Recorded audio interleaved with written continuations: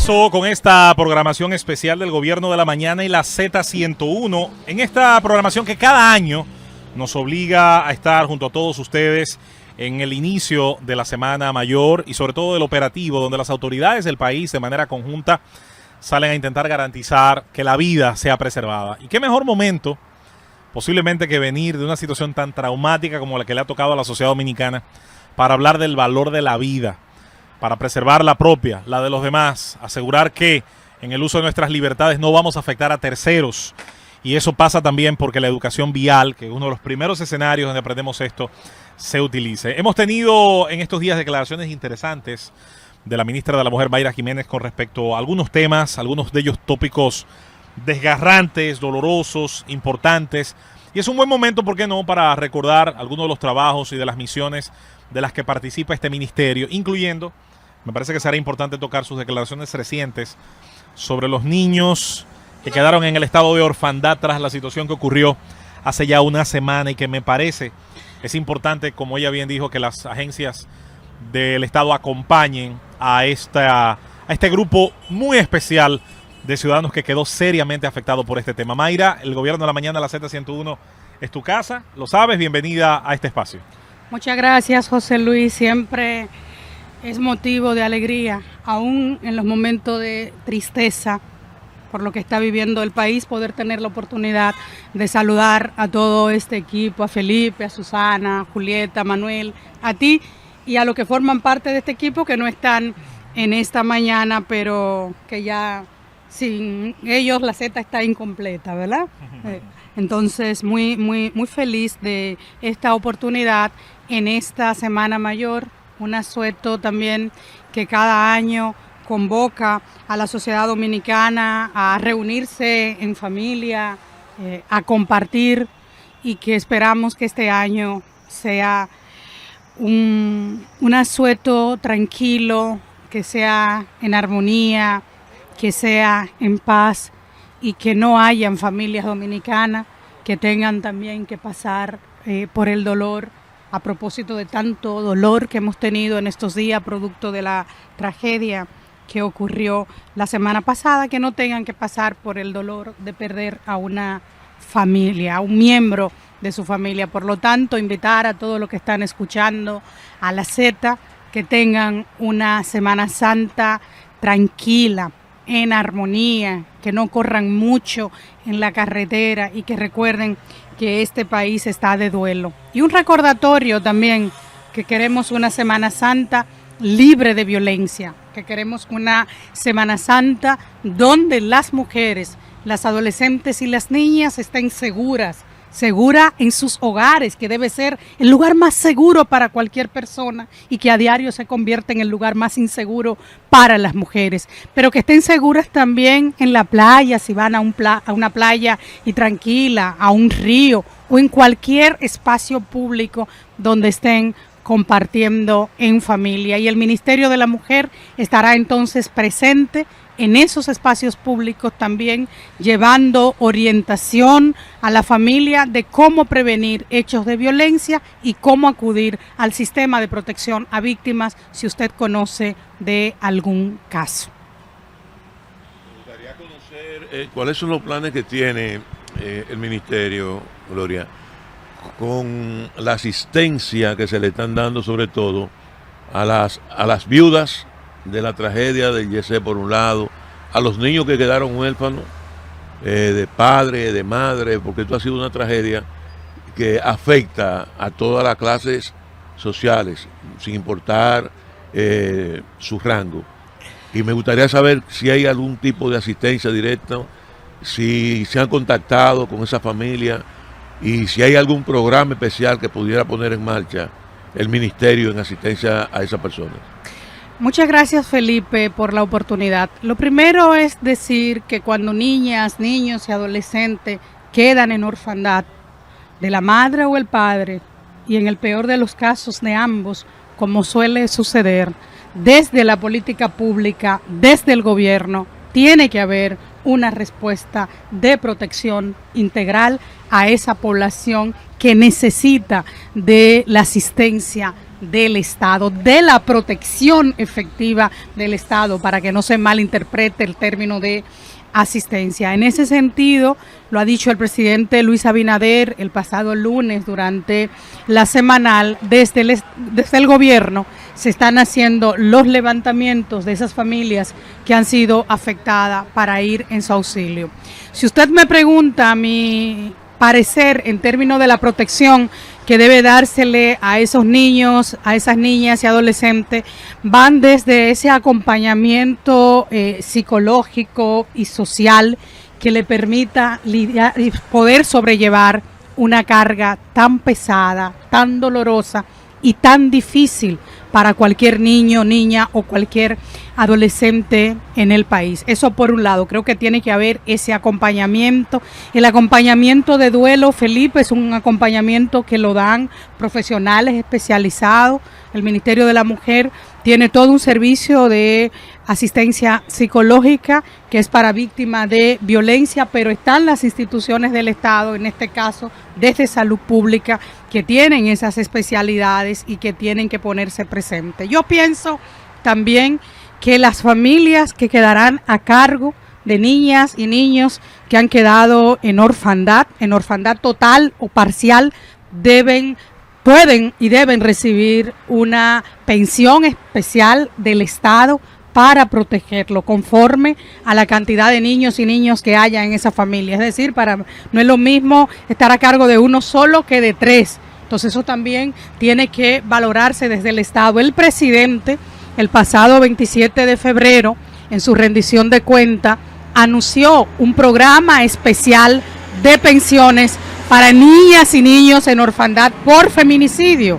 Un proyecto que le estamos trabajando, que ya lo hemos concluido y que toma en cuenta las características particulares de esas familias que en este momento tenemos. En el caso del Ministerio de la Mujer, estamos trabajando con 900 niños y niñas, 700 de ellos han quedado en orfandad por feminicidio y 200 de esos niños forman parte de ese hogar, donde son hijos de la tía, por ejemplo, que se quedó a cargo de los 2 niños de la madre que falleció. Y nosotros también en los programas que tenemos de acompañamiento desde el Ministerio de la Mujer, pues trabajamos con todo. No vamos a ir a un hogar a decir con estos 2 sí y con este no, y dejar el otro niño que se convierte en el hermanito de esos muchachos fuera y que también está siendo de alguna manera permeado por la situación que se ha vivido en esa familia. Por lo tanto, yo creo que sería importante que se pueda ofrecer desde el Estado una pensión especial a las familias que van a ser acogedoras, ya sean abuelas, tías, tíos de esos niños y niñas, para garantizar que puedan tener ese sustento básico que le permita una vida digna a su padre, su madre, no se lo podrá devolver nadie, pero ese acompañamiento y esa protección del Estado debe estar presente. Creo que el Estado también en los programas de apoyo para la educación, becas para los que tienen que ir a la universidad, si necesitan atención especial desde la educación pública, producto de cómo han quedado afectados por la situación que vivieron, tienen que proveerlo. Creo que también hay que pensar en programas para toda la parte cultural, de deporte, o sea, para garantizar que puedan tener una atención integral que le haga la vida más llevadera después de pasar un trauma tan grande. Pero sobre todo, Susana, acompañar a esa familia en ese duelo tan doloroso y tan difícil, un duelo que enluta a toda la República Dominicana, a los que estamos aquí y a los que están afuera, pero que impacta de manera directa a quienes lo han sufrido. Estas épocas son de especial riesgo para las mujeres que están en condiciones de sufrir violencia, la violencia machista, y año por año las cifras lo reflejan. En el caso de las mujeres hay un vínculo biológico y social con los hijos, y cuando hay un hijo de por medio, a veces ese es el lazo maldito que la mantiene unido a su agresor. Es la excusa para el hombre ir. ¿Qué puede hacer una mujer que ahora en Semana Santa se encuentre en una situación de alto riesgo y tenga que salir ella y sus hijos para un refugio? ¿A dónde llamar? ¿Cómo puede hacerlo? y qué tan pronta es la respuesta. Y te estoy hablando de un caso puntual que me estaban escribiendo en el día de ayer. Gracias, Susana. Lo primero es decirle que si usted está en una condición de riesgo o si usted conoce a alguien que está en esa condición de riesgo, llame asterisco 212, que está funcionando las 24 horas del día. No importa que sea el Viernes Santo a las 11 de la noche o ya de jueves para viernes en la madrugada, sea al mediodía, 7 de la noche. Ahí vamos a estar en capacidad de ir en auxilio de cualquier mujer cuya vida esté en riesgo, y estamos en capacidad también de darle una protección efectiva, que no solo es una casa donde va a estar cuidada, donde va a estar segura, sino donde también tendrá... Puede llevar su hijo, ¿verdad? Su hijo, su hija, su madre si vive con ella, claro, que suele ocurrir también. A veces la recibimos con la abuela que también vive con ella. Que no solo le vamos a ofrecer esa seguridad y esa protección en condiciones muy dignas, sino que también tendrá asistencia legal, asistencia psicológica, donde va a tener también servicios de salud, donde sus hijos e hijas durante el tiempo que esté con nosotros no va a perder clase, porque tenemos maestras en esos centros y espacios habilitados. Nos comunicamos con sus profesores para que los días que estén en esa protección no se atrasen en sus escuelas. Es decir, van a tener una atención integral, y el equipo del Ministerio de la Mujer en todo el territorio nacional va a estar en este asueto de Semana Santa en todas las playas, en todos los ríos. Hoy jueves estamos en todas las paradas de autobuses del país llevando información de los servicios de atención a la violencia que están disponibles y cómo acceder a esos servicios. Pero por favor, anote este número,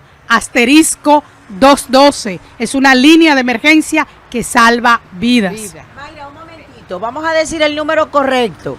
Asterisco 121. No, es 112.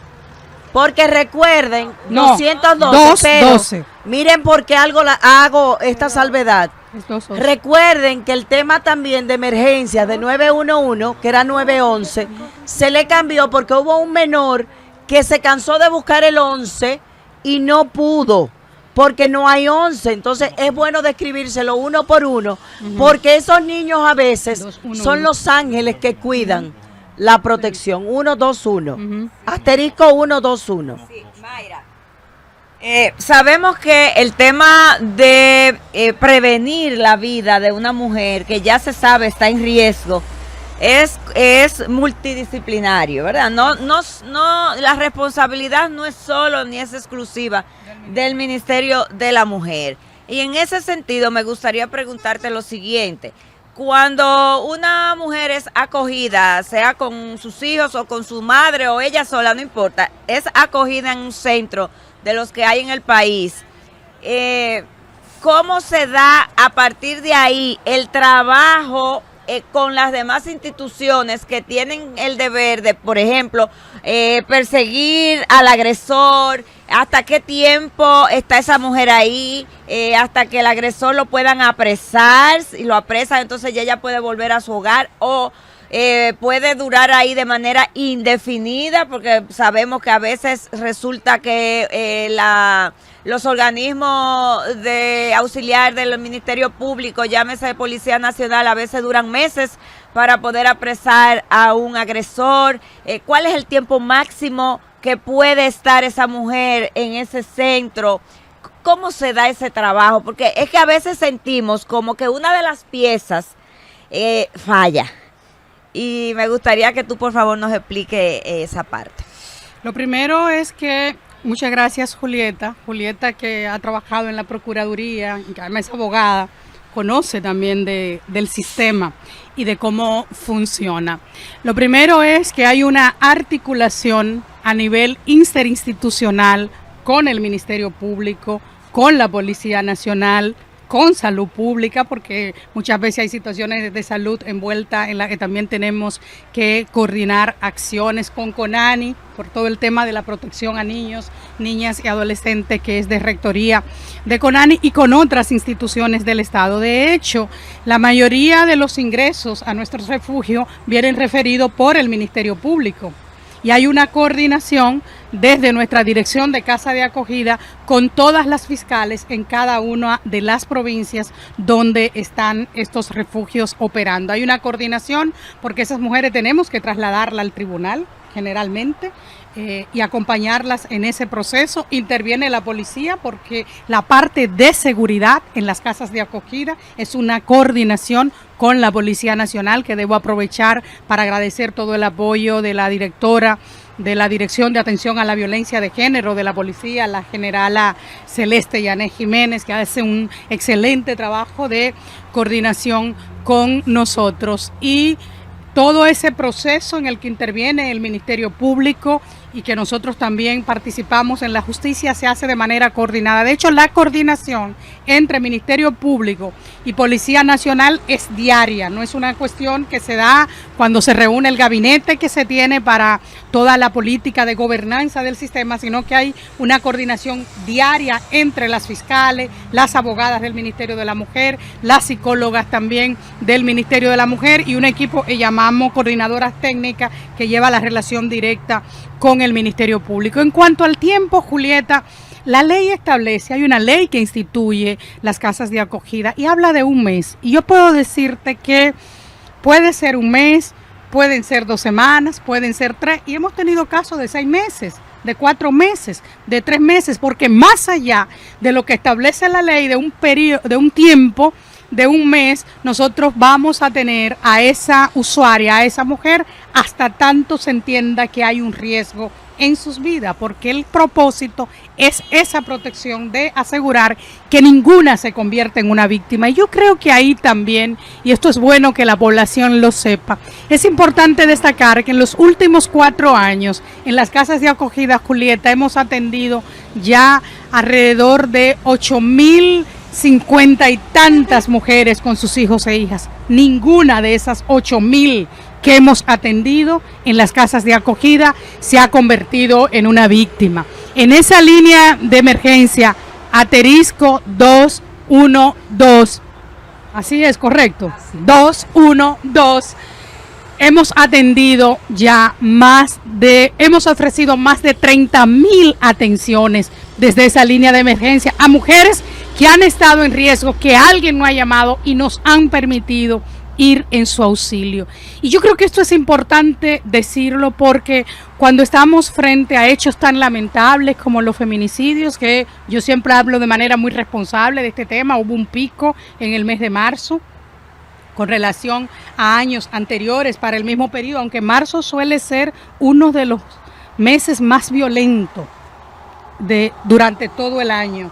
Y estamos viendo las estadísticas no de ahora, desde el 2005, señores, a la fecha, marzo es uno de los meses donde tenemos el pico más alto de violencia, justamente en el mes donde el mundo entero conmemora casi durante todo el mes el Día Internacional de la Mujer, con muchas acciones, con mucho llamado a los estados, muchas acciones dirigidas a llamar la atención sobre el tema de los derechos de las mujeres. Se nos convierte, y aquí y en casi todo el mundo, en uno de los meses más violentos. Hay que analizar también desde la gente que hace investigaciones este fenómeno que se produce en marzo. Pero creo que cuando hemos tenido situaciones como esta, hay que decirle a la población que esos servicios que están disponibles evitan que esos hechos ocurran. Que no pensemos que la violencia es un problema entre el marido y la mujer, que hay que entender que la violencia en nuestro país es un delito de orden público desde el año 1997, con la ley 2497 y que por lo tanto todos podemos denunciar la violencia, hacerlo de manera confidencial, si no nos queremos poner en riesgo, pero darnos esa oportunidad de no hacernos cómplices con el silencio y de darle la oportunidad también a las instituciones del sistema de poder ir en auxilio de esas mujeres que están en riesgo. Estamos entrevistando a la ministra de la Mujer, Mayra Jiménez, y aprovechamos la ocasión para señalar que el pasado 1 de abril dieron un paso importante con la inauguración de la Escuela de Igualdad Magali Pineda. Quisiera que nos hablara un poco de ese proyecto, cuál es el objetivo, los objetivos que se pretenden cumplir, y también nos explique un poco de por qué se le da este nombre a esta Escuela de Igualdad. Bueno, yo espero que haya una transmisión en vivo de este gobierno de la mañana, José Luis y equipo, desde la Escuela de Igualdad Magali Pineda. Atención. Que podamos coordinar una jornada especial para hablar cómo desde la educación podemos transformar esta sociedad, que no sea solo el Ministerio de la Mujer. Prestamos la escuela, hacemos la coordinación con ustedes, podemos asumir lo que eso puede representar, pero que no solo hablemos con el Ministerio de la Mujer, que hablemos con educación, a nivel de educación superior y también a nivel de la educación preuniversitaria, que hablemos con las universidades, que hablemos con los académicos, con gente que investiga estos temas y que podamos hacer un gran programa de cómo podemos desde la educación en igualdad transformar esta sociedad. Fue el 31 de marzo que abrimos con la presidenta, con la presencia de la vicepresidenta de la República. Fue un lunes, quisimos hacerlo en marzo, el presidente nos iba a acompañar, pero coincidía con la semanal y entonces estuvo con nosotros nuestra querida vicepresidenta Raquel Peña. Esa escuela de igualdad que lleva el nombre de Magali Pineda y que también tiene una biblioteca, la biblioteca Abigail Mejía. Señor, hay que leer en este país, hay que incentivar la lectura, la reflexión desde la lectura. Procura formar a servidoras y servidores públicos, a gente de la academia, a guardias y policía, a gente de las organizaciones de la sociedad civil, del sector privado, de los medios de comunicación, de una serie de temas que nosotros entendemos son clave para la igualdad. Va a haber un programa amplio de formación en derechos, de formación en género, pero también en formación en liderazgo y en participación política de las mujeres. Va a haber tema dirigido a formación para complementar esa formación en autonomía económica de las mujeres, porque la igualdad, Susana, no la vamos a lograr solo con derechos en materia de género. Hay que empoderar también a las mujeres. Ahí es peligroso. Vamos a tener formación también en prevención y atención a violencia, en nuevas masculinidades, y habrá una fuerte alianza desde el Ministerio de la Mujer con el Ministerio de Educación y también con las universidades y con los institutos de formación. Yo sé, estoy absolutamente convencida de que el cambio que tiene que producirse en la República Dominicana no es posible sin la educación, y por eso esa gran apuesta desde el Ministerio de la Mujer, desde la gestión del presidente Luis Abinader, de instituir una escuela de igualdad y una biblioteca especializada en términos de género y derechos humanos de las mujeres, que se convierta en un referente no solo en el país, sino también en la región. Por lo tanto, José Luis, ahí está la invitación abierta, que hagamos un programa especial desde esa escuela, que lo articulemos bien con otros sectores, porque eso se trata también, e invitar a todos los sectores también que nos acompañen. Es un proyecto hermoso con el que soñó Magali Pineda, esa gran feminista dominicana, esa luchadora por los derechos de las mujeres, que creyó tanto en la educación. Es una escuela interesante, sus aulas llevan el nombre de mujeres como Ibelice Pras Ramírez, como Salomé Ureña y Dalisa Bonelli. Tenemos salas de estudio dentro de la escuela que llevan los nombres de Mari Pérez de Marrancini, María Teresa Cabrera, para reconocer también ese aporte para la dignificación de la carrera docente y la lucha por la educación. Alejandrina Germán también, señores, una mujer que tiene una larga trayectoria política en el país, nombres como el de Ercilia Pepín, ahí están presentes, ya decía, la biblioteca lleva el nombre de Abigail Mejía, entonces es un centro importante para algo tan necesario y tan transformador como lo es la educación en igualdad. Mayra, creo que es importante en este momento, señores, la gran plataforma Z101 Semana Santa 2025. Creo que es importante en este momento tomarte la palabra. Dijiste que el mes de marzo es uno de los meses donde los feminicidios están prácticamente en su pico. ¿Han analizado ustedes el motivo de por qué y están trabajando en esa política para reducir en base a lo que está provocando que mujeres mueran y que niños queden huérfanos? Mira, desde el Ministerio de la Mujer, desde nuestra área especializada de prevención y atención a la violencia, con nuestra directora, que por cierto una gran antropóloga, una mujer muy capaz, muy preparada, están trabajando con un equipo produciendo un análisis de qué está pasando y lo están haciendo también, mirando también las estadísticas de la región, donde estamos viendo que el fenómeno no solo se produce aquí, toda la visibilidad que hay también en el mes de marzo. Fíjense que cuando ocurre un feminicidio, generalmente siguen en línea, continúan. Cuando disminuyen, que el tema como que baja, así mismo como que se produce una baja. Y nosotros estamos en este momento en un análisis científico de por qué eso está ocurriendo. Yo creo mucho en el análisis científico. Hay que desarrollar políticas públicas desde la evidencia científica. Y quisiera esperar que nos den los elementos que desde ese análisis que se está haciendo y que sé que lo vamos a tener pronto en la mano para ver este fenómeno. En el caso de los feminicidios, que yo sé que cuando también tenemos todos estos picos, decimos, bueno, esto está en aumento. Yo tengo también que decirle desde la cifra qué es lo que está pasando. Entre el año 2005, que es donde la Procuraduría General de la República, que es quien lleva las estadísticas oficiales, yo siempre aclaro que el Ministerio de la Mujer habla desde su observatorio, pero que quien tiene la última voz en materia de estadística es el Ministerio Público, la Procuraduría General. Y desde el 2005 que tenemos registro hasta el año 2019, el promedio de mujeres que perdía la vida en la República Dominicana era de 96. Wow. Entre el año 2020 y el año 2024, ese promedio bajó a 64. Que todavía es un número monstruoso. Que todavía es demasiado. Una sola es demasiado. Sí es. Mientras haya una sola mujer que pierda la vida producto de la violencia de género, hay que decir que eso es un fracaso de la sociedad como tal y que no es justificable.